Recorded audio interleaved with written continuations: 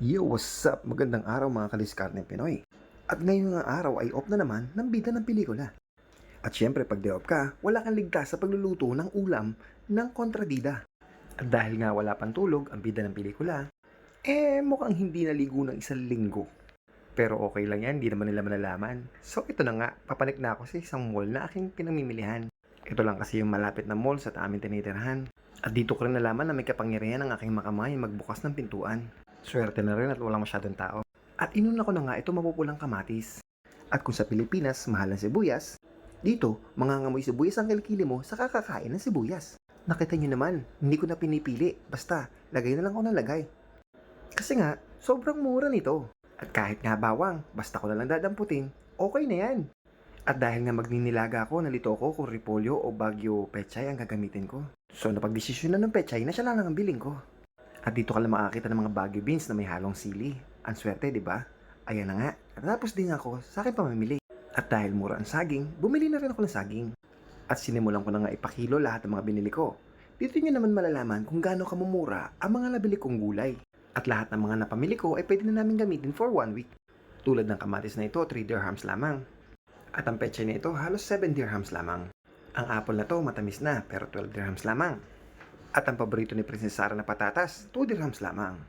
At syempre, yung saging, 12 dirhams lamang. At nakita ko ang best friend ko siguro na si Mamata. At sinimula na nga i-scan lahat ng aking mga pinimili. At natapos na nga ako sa aking pamimili.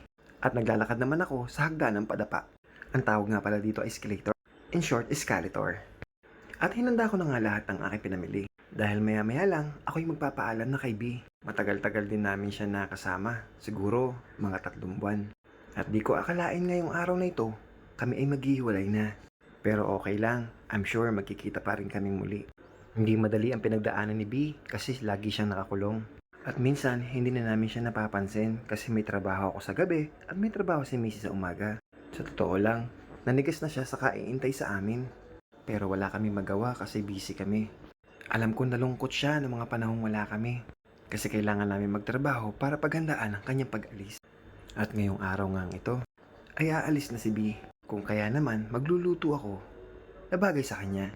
Sinibulan ko na nga sa sibuyas na buhay pa. Tumatalon nga ang sibuyas na ito, sa totoo lang. Habang naghihiwangan ito, naiiyak ako kasi alam kong aalis na si B. Pero lahat tinitiis ko para lang kay B. Kasi nga, hindi na muli kami magkikita. Okay naman ng lahat nung una. Pero nung nagtagal-tagal, parang nalulungkot na rin kami. At dito binalatan ko na mga patatas ni Sarah. Minamadali ko na nga ang pagluluto kasi gutom na ang kontrabida. Pero wala tayong magagawa, bahala ka sa buhay mo, magutom ka. Matuto kang mag-intay, katulad nung panahon na niligawan kita, nag-iintay din ako. At hiniwa ko na nga dito ang mga patatas ni Sarah. Ay, hindi pa pala, may isa pa akong babalatan. Medyo syonga-syonga lang talaga. At pinagpatuloy ko na nga ang pagbabalat ng mga patatas ni Sarah. Ay, bilis-bilisan mo kaya magbalat. At napapagod ako magdab. Ayan, patapos na siya magbalat ng patatas, ay natapos din. Take two tayo. At hiniwa na nga ang mga patatas ni Sarah. Yan. Pinag-apat ko siya. So, time is 4, 12. Tama ba? Bahala na kayo mag-calculate, mahina ako sa English. At tinabi ko na nga ang mga patatas ni Sarah. Isusunod ko naman ang pechay na nagdesisyon mag-isa kanina lamang. Tinanggal ko na nga ang plastic nito. Ang gulay nga palang ito ang aking pinakapaborito. Pwede siya sa pansit, pwede siya sa nilaga. Pwede mo rin siyang igisa sa kamatis na may baboy. O kaya naman ginisang kamatis na may manok. Pero ako kahit ano, basta kasama tong gulay na to. So tinanggalan ko na nga ng mga balat na hindi na pa pwede. Kumbaga, kung ang gulay na ito ay 1 kilo, 1/4 lahat ang natinanggal ko. Pero okay lang yan, basta ang healthy ang body. Oh sure, bahala ka dyan. So, nilinis ko na nga ang lamesa ko dahil nagdadamusak na. Hindi pa naman sanay ako magluto sa dirty kitchen kapag madumi ang kitchen. Wow, bars! At ito na nga, malinis na ang aking dirty kitchen. At sinimulan ko lang hiwain ang paborito kong gulay. Hiniwa ko lang ito na papagayon at papagayaan. Ika nga sa Batangas ay hiwain na. Ayos na yan. At ayan naman mamaya ay pupunta rin sa tiyan. At matapos kong hiwain ang mga repolyong ito. Repolyo ba talaga to o pechay? Hindi ko talaga alam eh. Sabihin nyo nga sa akin, ano ba talaga to? Kasi sabi ng iba, repolyo bagyo. Yung iba naman, pechay bagyo. Ano ba talaga? At natapos ko nang hiwain ito. At dito nga sa part nito, ang muli namin pagkikita ni B. Alam ko matagal niya akong hinintay. Alam ko nalulungkot siya. At nung siya'y aking hinawakan, sobrang lamig niya na. At sobrang tigas niya na. Pasensya ka na, B, kung hindi ka namin napapansin. Nakaka-high blood ka kasi. At dito nga ay pinaliguan ko na siya bago man lang siya umalis. B, kung nasaan ka man, sana mamaya hindi manakit ang bato ko. Salamat.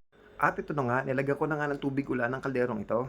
At nilagay ko na nga ang mga sibuyas para pakuluan ito. Nilagyan ko na rin ng mga buong paminta. At syempre, dito ko na palalanguyin si B. Pakukulaan ko lang to ng mga ilang oras. At mamaya-maya lang, malambot na si B. Mas masarap sana kung may mais na kami mga agaw ito. Kaso wala tayong mabilhan. At pinakuluan ko na nga. At nung kumulo na, nilagay ko na yung mga patatas ni Princess Sarah. At nilagay ko na rin yung manyaki sarap. Ay, magic sarap pala. At minekis-mekis ko nga ito nang hindi ko alam kung bakit. Masabi lang sa video, may nahinahalo ako. Fast forward na nga, nilagay ko ng mga gulay. So ang tawag dito ay nilagang gulay na may baboy. At natapos na nga ang nilagang niluto ko. Paka-share, like, and subscribe na lang po ng video ko. Salamat po!